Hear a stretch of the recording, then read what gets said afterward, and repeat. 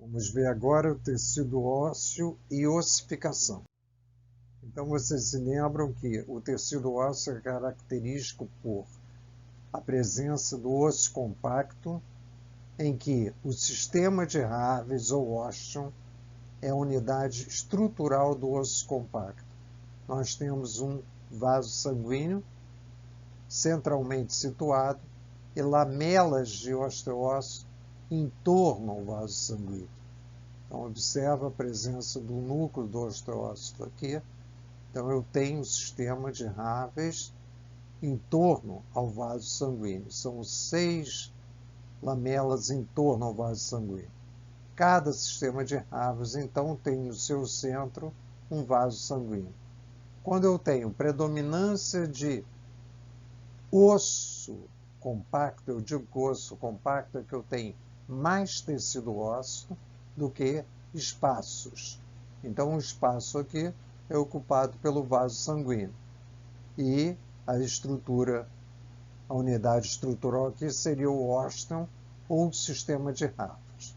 Perifericamente, eu posso encontrar o periósteo. Então, eu tenho a presença de ósteo ou sistema de Harvey, marcando a unidade estrutural do osso compacto. Aqui, mais uma vez, o ósteo, eu tenho lamelas de tecido ósseo em torno ao vaso sanguíneo. Um ósteo ou sistema de Harvey.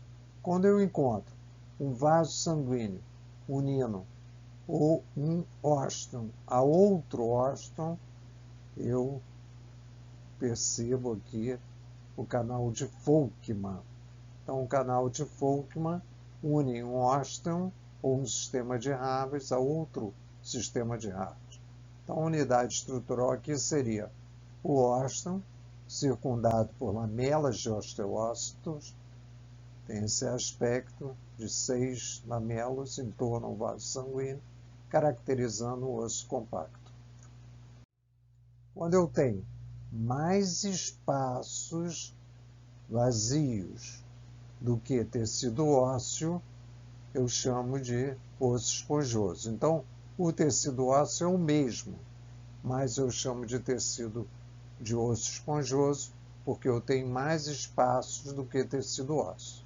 Então, na medula, eu posso aqui, a medula amarela, já ocupada por tecido adiposo, eu tenho essa característica do osso esponjoso. Ossificação endocondral. Então, a cartilagem, nós vimos que ela servia para dar uma resistência a uma determinada estrutura. Na traqueia, por exemplo, eu tenho uma cartilagem hialina para evitar que a traqueia se colabe no momento da inspiração. Mas o destino da maioria da cartilagem hialina é na formação dos ossos longos do organismo. Então, aqui eu tenho um osso longo, em que a cartilagem hialina é transformada em tecido ósseo. Essa parte mais basofílica aqui é a presença de cálcio. Então, existe uma transformação da cartilagem hialina em tecido ósseo. No maior aumento, eu vejo as características da ossificação endocondral. Então, o nome já está dizendo endocondral, dentro da cartilagem. Você tem aqui uma área de cartilagem, uma zona de cartilagem em repouso.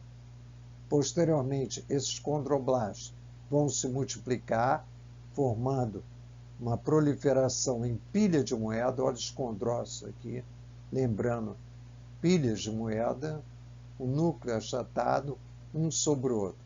São zona de cartilagem em repouso, zona de cartilagem em proliferação, e posteriormente eu tenho os condrócitos começam a aumentar de tamanho, eles começam a sintetizar fosfatase e leva à calcificação. Então aqui eu tenho a zona de cartilagem hipertrofiada e a zona de cartilagem calcificada. Então, o tecido calcificado começa a se depositar sobre a cartilagem. Então, zona de cartilagem em repouso, zona de cartilagem em proliferação zona de cartilagem hipertrofiada e a zona de cartilagem calcificada. As 4 zonas que nós já observamos na ossificação endocondral. Então, é isso que nós temos que fazer a observação.